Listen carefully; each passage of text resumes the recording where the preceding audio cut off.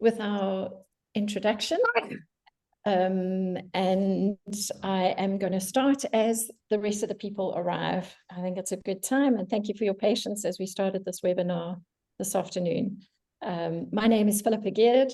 I am the founder and CEO of Recruit My Mom, and we proudly are hosting the Support Her at Work webinar series this Women's Month. Last week, we hosted the Support Her at Work webinar series called Navigating Menopause and Maternity. And wow, what a fascinating discussion that was. We had Meg Fora and Kay Nash chatting to us about those two very vital topics. And today, as we host this one, Working Moms and Balancing Ambition and Family, I would like to just put some kind of, I'm sure you've been on webinars, you know what the drill is, but Esther will be administering this webinar for us. She will also be looking at all the questions that you might be posting into the chat. So once you've finished introducing yourself and saying hi, as we start this discussion, if you have any questions, please pop them into the chat, and we're going to try and make sure that we've got some time at the end of this webinar to be able to answer them. If you can stay on mute, that would be great. The series is being recorded, so we will be having this available on YouTube for you to watch at a later stage. And I think that is it. So let me kick off with why. Why working moms balancing ambition and family? In February of this year, Recruit My Mom released one of the biggest working women reports done in South Africa. And what we found was that 78% of women want to grow in their careers. And the research also indicated the growing financial need amongst women, with 80% of women in South Africa having dependents and 37% being sole income earners. So the statistics estimate that around 30% of employees face burnout, but even more so women as a result of the increased load that we carry. And so today I have these two incredibly powerhouse women who've succeeded in their careers that are navigating motherhood and more. And so without further ado, I am going to introduce these two women who are going to have this conversation with me. So first of all, let me introduce Busisiwe Ntei. I'm just wondering, Esther, whether you want to take the slide down now. You're welcome to do so. And so, yeah, Busisiwe Ntei, she's the mother, she's a group financial manager, a master's student, an entrepreneur, a board member, a marathon runner, and a cyclist. And she's a single mom to top it all, right? So all of us are thinking, whoa, let me just check out of this webinar already. But don't, hold on, let's listen to her story. So Busisiwe, they say that life is short and misery and regret are long. This phrase is how Busisiwe lives her life. I say yes to everything, and I take every opportunity given. I'm fueled by a sense of achievement and constantly chasing goals and what's next. As such, I find myself juggling many balls at the same time. My purpose is to show my son how to thrive through my actions. Outside motherhood, I'm a financial manager at a mining company, pursuing my second master's degree at the University of Pretoria and chasing deliverables in my entrepreneurial venture. For balance and mental clarity, I run and cycle every day, and I'm currently training for the Comrades in 2025. Lisa, well, first of all, Busisiwe, why don't you greet us? We would love to see you and hear from you. So why don't you greet us? Good afternoon, ladies. Good afternoon. Even if there's gents, good afternoon, everyone. It's really lovely to have you with us, Busisiwe. And my next formidable woman that I'd like to introduce is Lisa Linfield, who I've known over a number of years and I admire greatly. Lisa is an investment manager, a retirement expert, a keynote speaker, a course creator, an author, and a host of her podcast called Working Women's Wealth. So Lisa has a board certification. She's a certified financial planner and CEO of Southern Pride Wealth. She's dedicated to teaching financial freedom to women, aiming to reach 1 million with her message. She's developed courses, written a book, and hosts the Working Women's Wealth podcast, which has over 250 episodes and 120,000 downloads over 140 countries. Lisa offers a holistic approach to retirement planning and financial education, integrating behavioral finance and mindset research. With over 25 years of experience in the UK and South Africa and an extensive academic background, she balances her professional life with family time, enjoying hiking with her husband, John, and their 3 daughters. So very different, well, both in finance, different backgrounds, but both really trying to do what we all trying to do, balancing ambition and career. So Busisiwe, I'm going to kick off with you this morning, this afternoon actually, and I'm going to ask you, before I do that, Lisa, won't you greet us quickly before we start with a question? Thanks so much for having me here, Philippa. I'm really looking forward to the day. Great, thanks, Lisa. Okay, Busisiwe, back to you. What were some of the key challenges you faced as a woman in finance, and how did you overcome them? Because finance has typically been a historically male-dominant industry. Well, I've been working, including my articles, since 2008, and I've navigated through a few challenges as a woman in the workplace.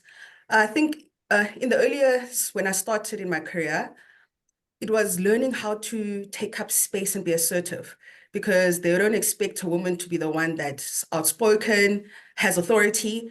And I had to work on that qualities in my life, because I found that in some teams that I had to lead, I was not only the only Black woman sometimes, I was also the only female in a team. So I had to navigate that quite early on in my career. The next thing I also had to work on is balancing the demands of being competitive in the market, in the workplace. How do I progress my career so I can be seen and recognized in the workplace?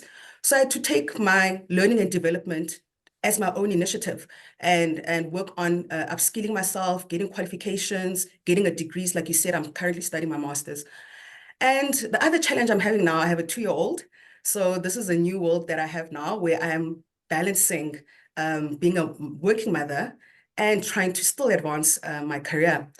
And all those 3 together culminate to where I find myself now, where I'm challenged now, which is having an imposter syndrome. I've worked hard to be assertive. I've worked hard to take up space.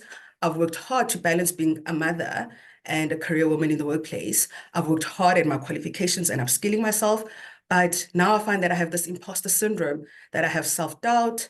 I doubt my own achievements. I lack confidence, and I don't know where that is coming from. So that's something I'm currently working on now, in terms of how do I get over that I feel like I've done everything I need to do, but now how do I say, I can take up this leadership role, and I'm confident and I'm comfortable in taking up that challenge. And that's still something I'm currently busy working on in my life right now.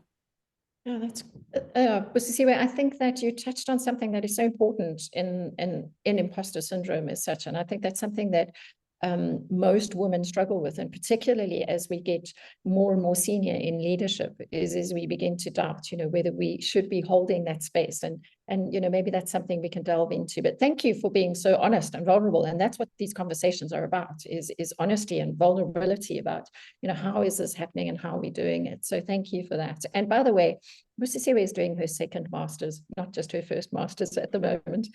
Lisa, can you share a pivotal moment in your career that significantly impacted your professional growth?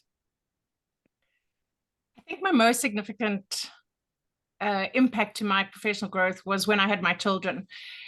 I knew kind of that I would have this child. Obviously, you get 9 months notice, and I kind of had it all planned out. I was going to have the child. I was going to go half day. We were going to start immediately, have the second child, stay on this kind of half day program. So just have a brief pause on the career, pop out 2 kids, and then off I was going to carry on up the career path. And unfortunately, God had other plans. So I had my first child, did the half day. We started trying for that second one, and it didn't come. And so I went through an extremely difficult, I guess, adjustment. I had this big, great master plan of life. I was going to pop these 2 kids out, head back on the path, and I found myself going through fertility treatment and hormones that would make me burst into tears while I was presenting the financials of a project plan, and I was the only woman in a group of much older men who clearly, this was a little different. And so we actually gave up, or I gave up after a while, and I just said to my husband, I can't do this anymore. I can't, kind of be all over the place. And I took my dream job. It was a job I had been eyeing and like kind of shooting for quite a while. And I stepped into the role, and it was exactly my dream job. And I was really kind of flying. And my husband then said to me, I was about 4 months into the role, and we were away, and he said, I really want another child. And it was an extremely difficult thing because I had just got my career back. I had got this role that I'd been rooting for even before my first job. But there are two of you in a marriage. So, and I'm the only one that can birth the children. So I then went through some IVF, and I don't know God's sense of humor, because I was then blessed with twins, and not just one, but two of them. And unfortunately, I'm not a person who does pregnancies well. And so I had a couple of episodes and ended up in hospital and in bed for 5 months. And unfortunately, because I was running an operational division at the time, I needed to give up my job. It was a very large business, and it was in the middle of turnaround. And I knew it was the best thing for my team and for the business, but it sure as nuts wasn't the best thing for me. So I had to give up my job. I came back to work with no job. I kind of got a pretty odd job after that. Like it really derailed my career, and it was really difficult. I look back now, and it is a blip in an amazing radar with my children and with my life. And, it has borne fruit in so much different ways. Like good things come out of bad, and it truly significantly formed me as a human and where I am now. And I wouldn't give up where I am now for anything in the past. And these twinlets and my first girl are the most amazing. I've got twins in grade 7, and my eldest is in grade 11. And I wouldn't give it up for all the world, but my goodness gracious me, it poleaxed me to go through that. That was a really difficult time in my career. Yeah, I can imagine. And I think that for many women, that tug of family and career is a hard one. And I know in my life, I got to the age of about 31, and I actually had to make a decision. I'm going to continue in the career, or I'm going to become a mom. And that sent me in a completely different direction. And hence we have Recruit My Mom today. But it's a hard place to be. So Lisa, how do you, now that you're doing everything you're doing, you've been running your own business, how do you define work-life balance? And how has that definition evolved over time for you? Just this, in the context of the story you've just shared. For me, I think the balance part, I have a small problem with it. It's more about merging your home priorities and your work priorities. And I think it's been I think life has seasons, and I think in each of those different seasons, my definition of it has changed. So, when I was young, I was unbelievably ambitious. I was going to be CEO of the world's biggest company, which was IBM at the moment, and I was going to zoot up that ladder and nail it, 6 love. And so there was no life balance. There was a lot of work, and I worked my tush off. The plan never went according to plan. It never kind of came out as I thought it would. And when I had children, for me, I think I settled into a definition that was much more around hold and manage my career, maintain it. So going to kind of power saver mode in my career, maintain it. And whilst I kind of adjust to motherhood and have really young children. And then it's changed at different stages of my life.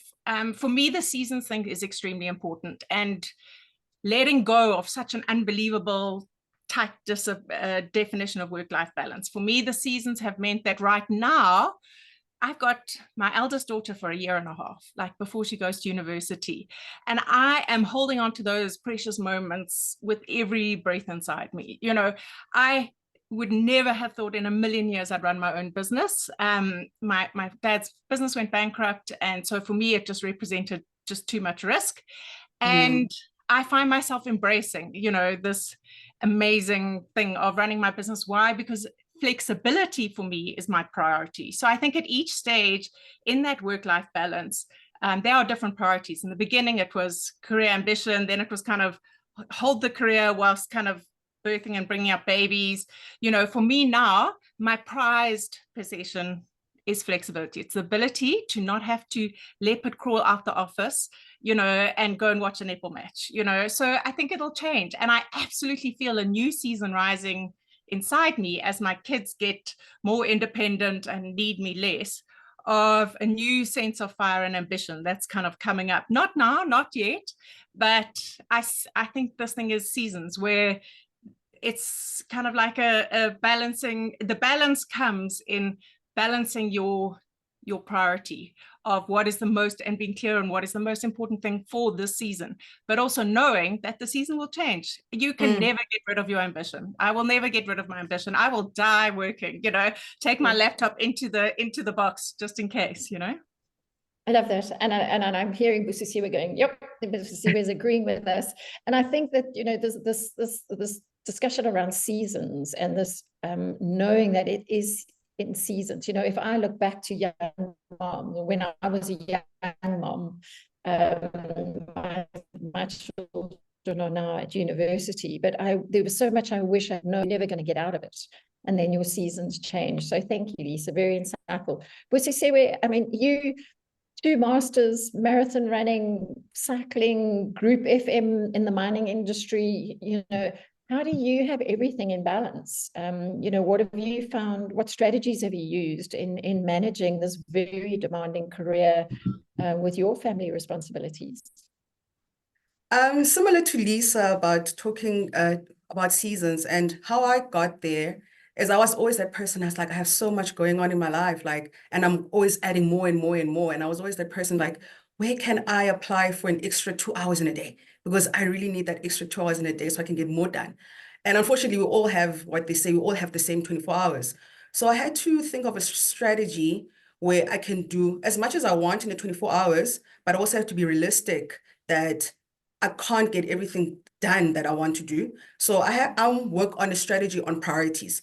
So I set my priorities, and how I set my priorities is similar to what Lisa's saying. Is depending on the season I'm in my life.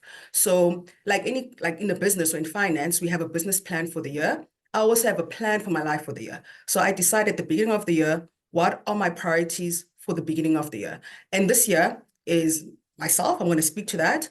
It's my family, it's my son, it's work, and it was my studies, which came in just for this year. And also with what I've noticed with priorities, and specifically for women, we always put ourselves last. And this year I took a deliberate step of putting myself first.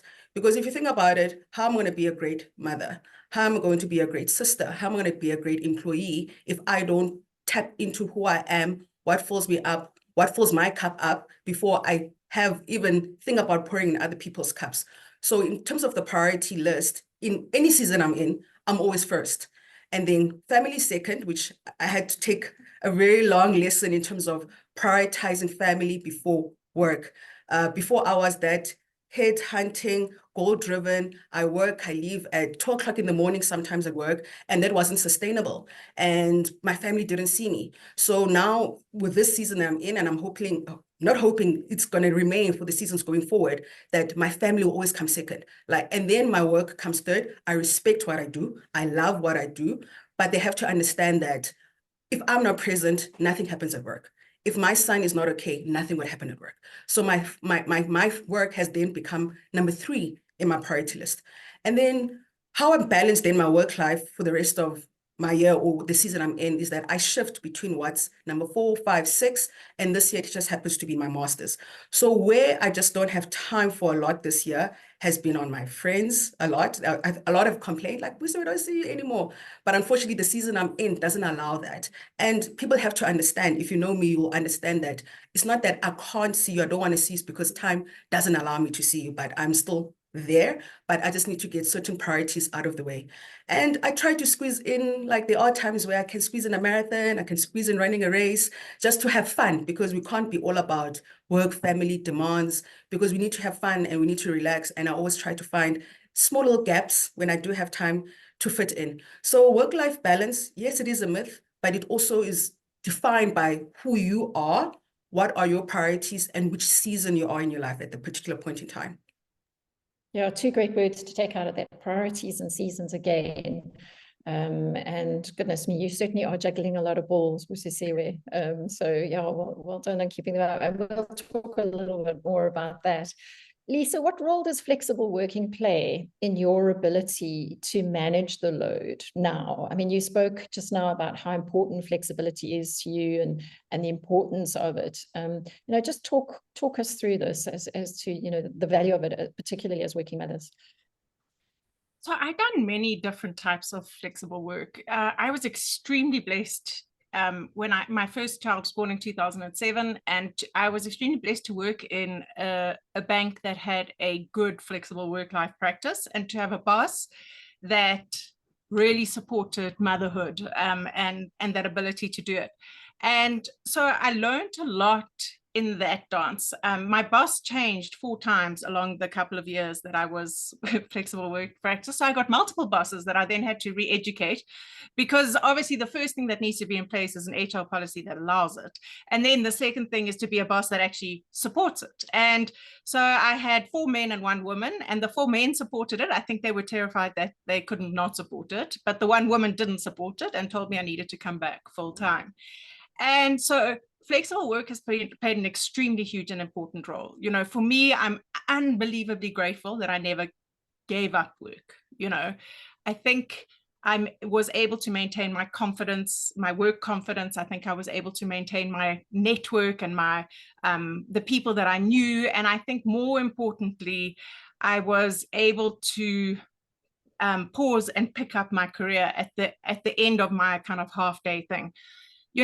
Right now I have my own business, and for me, that flexibility has been an unbelievably important thing to teach my children, and has been used as a great example. We have amazing discussions about the fact that mommy does work 6 days a week, but she only works 6 days because in the other days she's watching netball and meeting with your teachers and taking you to play practice and therapy and all those other things. And they get this fact that it is give and take, that it isn't, it isn't perfect. I miss the ability to switch on and switch off, which I had more in corporate than in my own business world, dealing with people's money. You can't really. But I trade that always on, and I trade those Saturdays or evenings or whatever willingly to guilt-free go and support my kids. And so my kids have also learned about what's important and to ask me to be at and what's not. So they've got into house athletics. They both hate running. So they said to me, Mom, on Thursday morning, don't come. Like it's half term, please. It's like, that's not worth it. So we very much run by a concept of what's worth it. And so we prioritize amongst us that these are the certain worth it. If I don't have to go to everything, I don't have to go to the athletics, but when there's an important hockey match or anything that's important, I'm always there, and so it's played a massive role in my life and my ability to manage it. The mommy guilt never goes away. It eases down a bit, and the flexibility helps to ease it down. But I think of all the things that I've done, staying home full-time, working full-time, and flexible work is the hardest, because you don't have the support structures in place that a full-time working person has, and you don't have the time off that a full-time stay-at-mom has, and you've got to try and balance both. So it's definitely much more difficult, but for me it has been life transforming to be able to continue to do both. Yeah, and again, a key there for me is for the last sentence that you said there, for me. And I think for everybody who's participating in this conversation is that You know, you'll hear Lisa's story, you'll hear Busisiwe's story, you may, you know, hear bits of my story, but at the end of the day, it's what's important to you. You know, what are your priorities? What season are you in? You know, there's so many different factors. There's no one answer fits all here. And again, I just wanted to pick up on the fact that you had said you need an HR policy, ideally, around flexibility, because I'm seeing quite a lot of comments about flexible working in the chat. An HR policy and a boss that supports it, very important. But then you picked up on the fact that one of your bosses was a woman who didn't support it.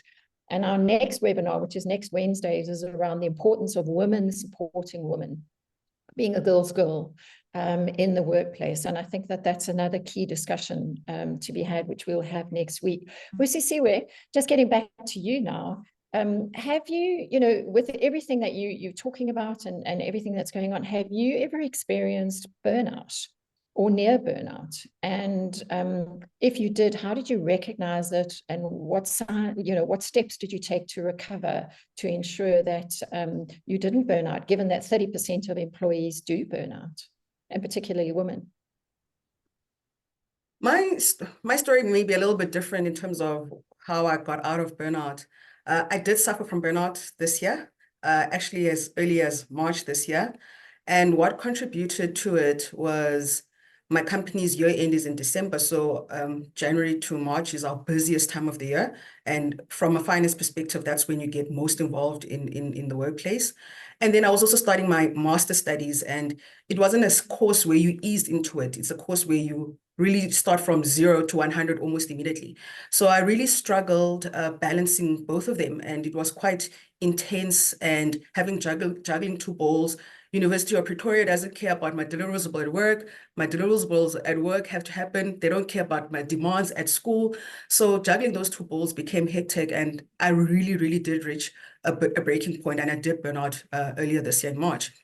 And what happened? I became completely detached.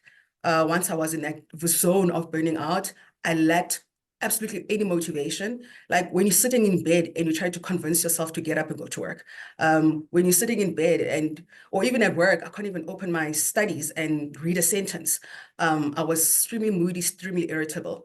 And then I realized, okay, you are here now. We can't stay here because work is still moving. The course is still moving. How are you going to get out of here? For me, what's different is two things that contributed to my burnout, because my masters, I signed up for it. My job, I still sign up for it. Those are not going to go away, and the demands of it are not going to go away. So I had to think about what really were the causes that contributed to that happening to me. The first one for me was the lack of sleep. I actually do not sleep very well. I am the person that can leave the office at 2 o'clock in the morning, and I'm back here at 7 o'clock, and even my boss will come in. It's like, did he even go home? I was a person, don't get any rest, I don't get any recovery. And the second thing that contributed to my burnout is, for me, is the lack of exercise. Exercise is not just a physical activity so I can look good or it's trendy.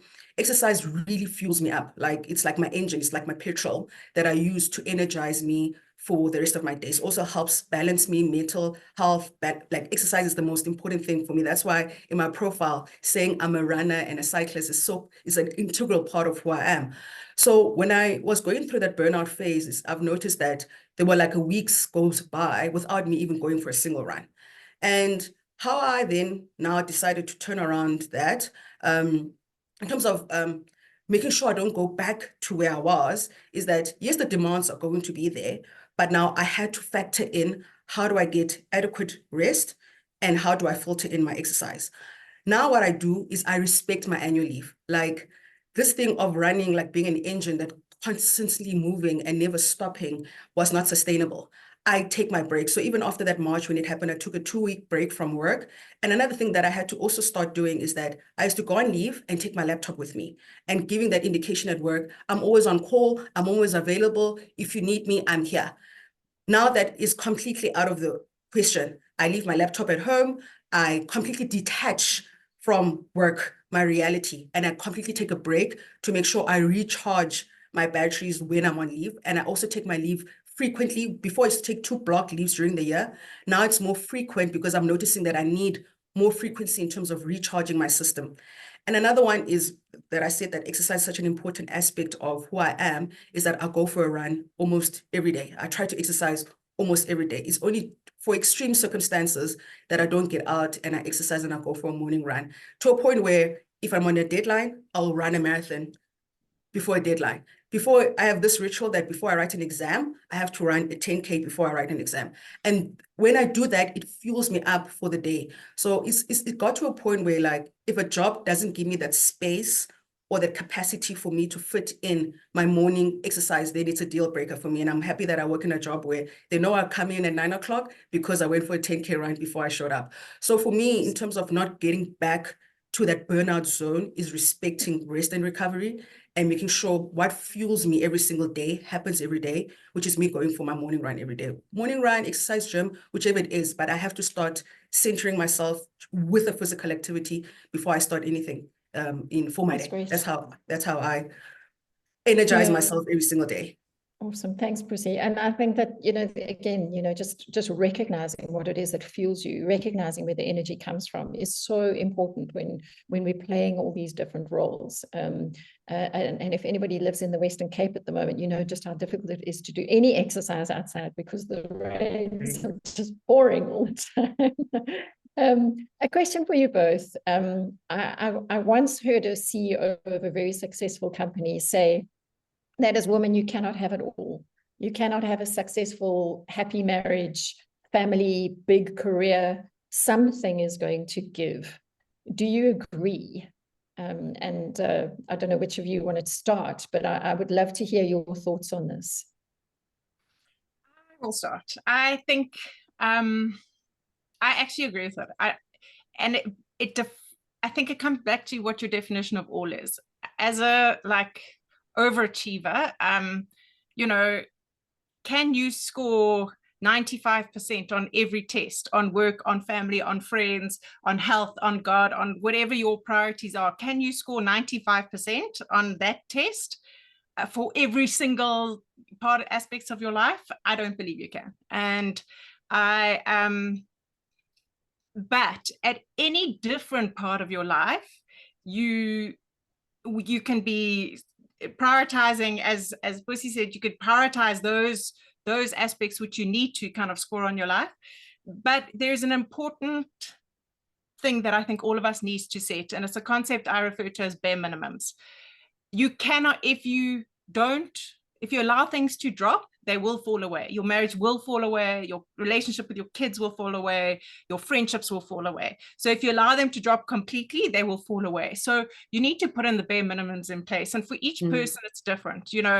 I'm not fueled as greatly by exercise and health as Busisiwe is. But for me, my minimum is that I have, because I can't really self-motivate to get to the gym, I have a trainer twice a week, and I'm not prepared to waste that money for a personal trainer, but that is my bare minimum. So I live in the beautiful Natal Midlands. I love going for walks, and when I can, I do, and that's the way I bond with my husband, so that I can kick two kind of things off at the same time. I talk to my husband for 2 hours, and I walk for 2 hours at the same time, which is great. But I do believe that you can't overachieve in all 5 areas of your life. But you do need to make sure that you have bare minimums in place, that you never hit zero on any of those, because take something for granted for a little while, it's okay. Take it for granted for a long while, and you will wake up one day and have lost those relationships. Very insightful. Thanks, Lisa. Busi? For me, the way I live my life, especially being a person that juggles so many balls, is because I want to have it all. But I think what everyone knows, that you can't have it all at the same time, and I do recognize that. For me, it's not a question of getting things done at the same time, is that I hit my targets, like finishing my master's degree, for example, but I have the flexibility to making sure when does that happen in my life. So speaking to the seasons that we're in, I found that this was the perfect year for me to have that goal, and that's something I'm working towards, but any other year it wouldn't have worked. So for me, having it all is not trying to squeeze in multiple things and doing them all at the same time, is that I'm very fluid in terms of how I plan my life and my goals. I index differently depending on what I'm trying to achieve in a particular year. And I'm also very fluid and in terms of like how I move between things. So I'm also like not hard on myself. I'm not rigid in terms of how I plan my life. I prioritize differently. And I'm very flexible in terms of how I choose things in my life. Like I'm saying, out of the 4 things that I've mentioned, myself being important, my family being important, work being important, my studies this year being important, that I shift between those 4 things. And in another season will be a different thing that I want to have in that particular year. So for me, and then at least then masters will be been ticked. Now I have received that goal. Now I can put something else that I can work on. So for me, having it all is not about doing everything all at one time. It's just moving between everything that I want to achieve in this lifetime, because I still have a long life to live, I hope. And I think with having a long life is that I have a long time to achieve everything I want to achieve in this lifetime. Yeah, I think that's good. And we're back to seasons again as well. I think, in terms of where one is at with either one's, the age of one's children or one stage of one's career. What we're going to do now is we're actually going to involve our participants, the attendees on the webinar. We're going to put up a quick poll. So Esther, if you're ready with that poll, we're going to be asking you to tell us what you prioritize. I think we would all be really interested to see what everybody puts to, which of these do you prioritize in your life? Is it work? Is it family? Is it health? Is it friends? Or is it for your faith? And so, in the season that you're in at the moment, what are you prioritizing? And then we'll see.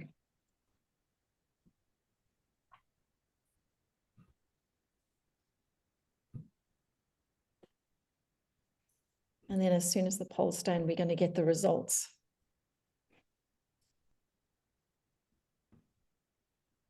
This has been a very, just so interesting to hear.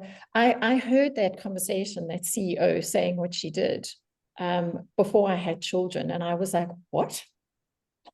I mean, is this true that you can't be the CEO of this very successful American company, and her marriage had dissolved and her children had also not done very well through her building her very successful business. And it was quite a shocker. But I think, as you say, provided your seasons, provided you're focusing on what's important to you in the here and now, that's really important. So yeah, Esther, how are we doing? Should we put up the answers to that poll?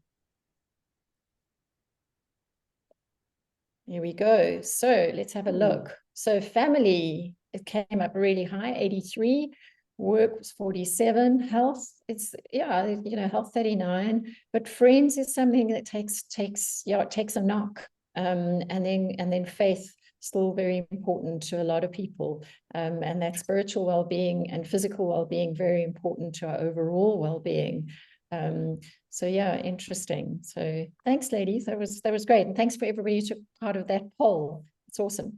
How do we manage, again, back to the both of you, how do we manage the expectations we put on ourselves to do it all and excel at it all? Busi, I don't know if you want to kick off first on this one. How do we manage, we put so much pressure on ourselves to get it all, do it all, so how do we manage that? What should we be doing? I'm very guilty of that. Put myself under immense pressure to have it all. I'm a perfectionist. I want to be in control. I'm a very high performer. So what I have had to learn and I had to do in terms of tools to manage my own expectations is I've had to learn to give myself grace. I think, yes, we give it to others, but I don't think we also give it to ourselves. And sometimes I'm such a perfectionist. This has to be perfect. And that sometimes can drive me like crazy. And I've learned, Busi, this is not okay. And what Lissa was saying, like just showing up a little bit can be good enough. So giving myself grace was something I'm still learning, letting go of perfectionism, redefining what even success means. Like I'm saying, I'm doing my master's. I used to be obsessed that I need to get a distinction, but I'm like, sometimes it's okay just to pass. Like that's okay, because the demands and expectations out of getting a distinction is not realistic to my work-life balance that I'm at the current point in time. So also then giving myself grace is very important. And also the kind of goals I've set for myself is very important, because what you also asked in the last question about can we have it all is also driven about the types of goals I also set. Making my goals realistic, within a particular season, a particular year I'm in, and also making them realistic. Those are also very important. And what I've done recently, especially this year, is also celebrating small wins.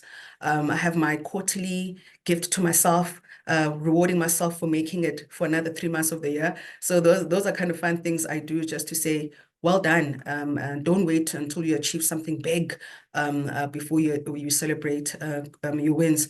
And critical also in terms of how to excel at it all is asking for help and accepting help. And that's something as women we don't do very well, because there's so much is demanded from us, and we expect to be the ones that are helping, and being the savior, being the light to everybody.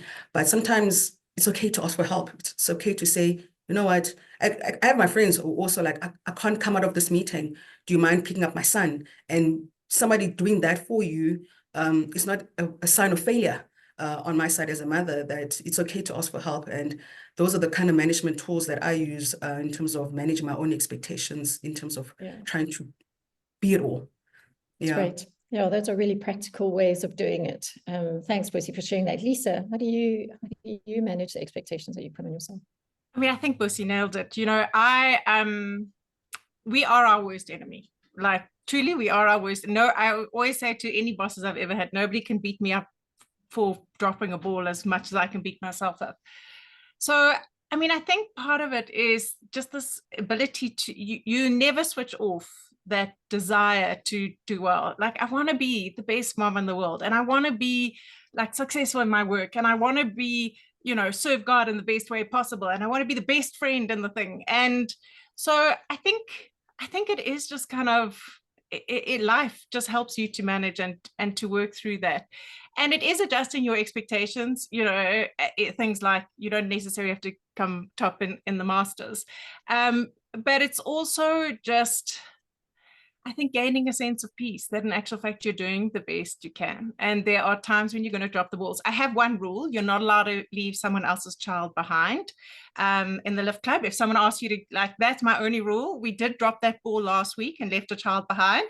But, you know, I also have kind of a lot more grace with myself in saying it was a fantastic opportunity for my kids to watch me apologize and grovel to a little 12-year-old girl, and to own it, to say, hey, I'm messed up, I'm so sorry. I then made a date, and we went for, you know, McFlurries and things like that. And so I kind of am also seeing past this thing of how bad I am to have left someone else's child at school, to this whole thing of just being able to say, you know what,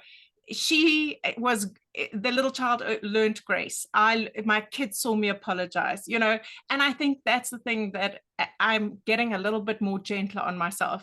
You know, it's never going to go away. I always want to be an overachiever, but I am stepping back and saying, you know, this plan of life, God's got a plan for this, and I need to kind of just embrace it, and all the good, the bad, and the very ugly. You know, last year I scored myself an F on the parenting scorecard.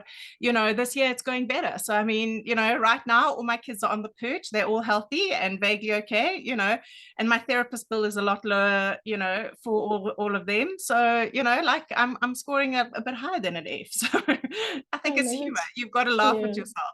Absolutely. And we've got to get those bare minimums, right? Absolutely. What's okay. So yeah, I think that's the right thing is we don't have to get distinctions in all areas of our lives at all times, right? Because, you know, it'll burn us out. I want to just finish quickly, and I'm going to ask you both to wrap up in 1 minute each, because I really want to get to the questions and answers from the people that are part of this webinar. But you know, I think, Busi, if you can do your first minute, and then Lisa, straight on to you, is what impact do role models, mentors, and support networks play in your career advancement and or in your family, you know, managing family? So you want to just talk to that, because I think sometimes we can underestimate the power of that. Absolutely. I appreciate that you said it's the power of networks and role models and mentors. And I think we're living in a world now that it's like your relationships and your networks are your currency. It's how you're going to get ahead. And having time as well now, because now you're juggling, you also need to find time to cultivate relationships. And I've also noticed in terms of my career, like you can have as many degrees, as many achievements as possible, but if you don't know people and people don't know you and you don't invest in those relationships, that it does limit your career advancement. So I also saw in the panel poll, people said friends are not top in the priority list. And that's something that's also concerning, because sometimes your friend is your first network, where that you need to kind of tap and invest into, because it's your friends who know you well. And then when an opportunity comes up, someone's like, oh, I know someone who can do that. And that's also something I've also dropped the ball, at least this year, in terms of my priority list, that not having time to cultivate those relationships, those friendships that also play an important part in advancing your career. So I do recognize that, yes, networks, relationships are the currency of today. And I don't have, that's where this is my development point, spending more time cultivating those going forward. I need to really spend time doing that going forward. But much grace to you, Busi. You've got a lot on at the moment, so we'll give you grace in that area, because you're certainly doing very well in the other ones. Okay. Lisa? So my experience of networks and mentors and things like that is, what is amazing is that in every single season, someone is brought across your path that guides you. And I think it's just being open to that, because I don't think it looks like, when I was young, they used to partner you with someone in the bank and you used to have a mentor, and that person was supposed to, like, for me personally, contrived relationships have never worked. It's genuine relationships of people, and they've been bosses, they've been friends, they've been family members. Sometimes they're books or podcasts that I'm listening to. At every phase, it's like the right person has been brought in. What I have learned also is that if I am diligent about taking that space, like Busi, once a quarter, I have what I call the CEO day, which is I meet with my CEO, who for me personally is God, but I have this time, this half a day where I absolutely sit and journal. And often what I've learned is that sometimes I'm my own best mentor. I know what the right thing is. Sometimes if I can be disciplined enough to take enough time, I will listen to my gut and I will change my path. And sometimes that's led to staying in roles longer than when I just wanted to get out of horrible, abusive work environments. I stayed in longer, and the most phenomenal opportunity came 3, 4, 5 months. I didn't know why I was staying late, but I did.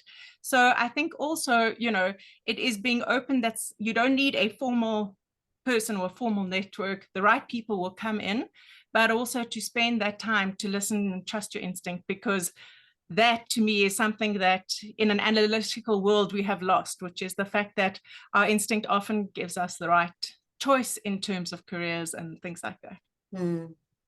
So that's so true. And I think sometimes we underestimate the power of the intuition that we've been given, right? And it's an instinct. It is incredibly powerful. Yeah. Busi, Lisa, thank you. Thank you for being so honest about what it's like to juggle this ambition and family world that we do juggle as women. And it's been a very, very insightful and honest conversation, which I've really appreciated. There's a question here from Sonia, which I'm going to ask. How should one manage management expectations when you need flexibility if it's not part of the organization's ethics? Lisa, maybe you want to take that one. It's tough. It really is tough. I mean, you have to, we have a saying that I say with my girls: no one else is going to back you in life besides you. You have got to back yourself in this process, and you've got to have given it your best shot to kind of take it head on and hold people accountable. If they put up these HR values of our people are our asset, are our main asset, and we must protect and love and support our main asset, then hold them accountable to this. So this particular asset will function better in a different environment. But the thing I've truly learned about flexible work practices is it's a bit like being a woman. You've got to show up twice as well, twice as hard, twice as everything when you do flexible work practices. And that for me is something that I think a lot of women underestimate, is you also need to, the part of you is that it's not a half day, let's just say, it's not, you don't have 50% effort. You're actually putting in 75 to 100% effort. And the trade back, you've got to put in your heart is that you get the flexibility of time. For me, it was around not feeling guilty about being able to show up. But you've got to have those hard conversations, and it's tough. As I said, I was in the same role. I had 4 men and 1 female boss. 4 men were absolutely fine with it. 1 female wasn't. And I never won that one. I ended up having to go back full day because that's what she said. But then I went back 6:30 to 3:30 so that I could at least have the afternoon when my child woke up from her nap to be with her. So I hauled my tush out there, you know, before the birds had risen, and was sitting at my desk at 6:30 every single morning, full on there available. So that's, I was like, fine, if I need to work an 8-hour day, that's fine, but I'm going to work 6:30 to 3:30. And when I was there, I was extremely present and available. I think that's a good response. And I think that, Lisa, it's good to point out that flexibility is not an easy answer. Flexibility it's a privilege to be able to work flexibly, but it's hard. You've got to, you're pitching up for work, plus you're trying to manage whatever else you're managing. But I think it helps integrate work and life just that much easier, right? Absolutely, absolutely. And I think that's why there's such a call for women who are seeking flexibility. It's just like, let me just integrate this all a little bit easier if I can.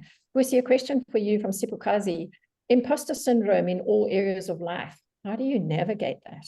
I don't know. You were saying that's something you've got to try and figure out. So I'm not sure you're gonna have all the answers, but how what do you think of that topic? I'm still, like I'm saying, it's still something I'm trying to figure out. But I have a friend who's daring me, and he's holding me accountable. He says, here's a job, why are you not applying for it? Give me 10 reasons why you're not applying for it. So I think that's where I saw someone writing the comments about when you diarize work meetings, also diarize community, how important community is. Because sometimes your work community is not going to be the one that says apply for the job. It's going to be the friend, it's going to be family, it's going to be a partner that's going to push you. So if you don't cultivate those relationships, who's going to be that person that holds up that mirror to make sure that you push yourself when you have self-doubt? So for me, what I'm using right now, and I'm still challenged because I fight him back. I'm like, no, I don't want to. And he keeps on asking, what's holding you back? I don't understand. Like, you're the smartest person I know. So that's something I'm still trying to navigate out of, because I'm saying the strange thing is I've worked through all my challenges in my career, and now I'm landing on this one. And it's something that I'm still working and trying to fight my way out of it. Yeah, that's good. That's really great. I've just asked my team if they'll share an article that we wrote actually on imposter syndrome, because it's a big thing. It's a big deal to deal with, and I think that it's something that everybody struggles in different places. So you might not struggle with it as a marathon runner, but you may struggle with it in terms of applying for another type of job. So it's not that you have it in all situations. It's certain situations. So I think all the other questions we've pretty much answered, through the chat, which is great. So thank you to all our participants for engaging in these conversations. And, I just want to bring it back to, just be encouraged about that we all are going through seasons. And it's not about having everything in perfect balance at all times. It's about what's a priority for you in the season that you find yourself in at this time. And if one can find a level of contentment in where you are at this time, that makes the mom guilt noise in one's head start to shut down a little bit more.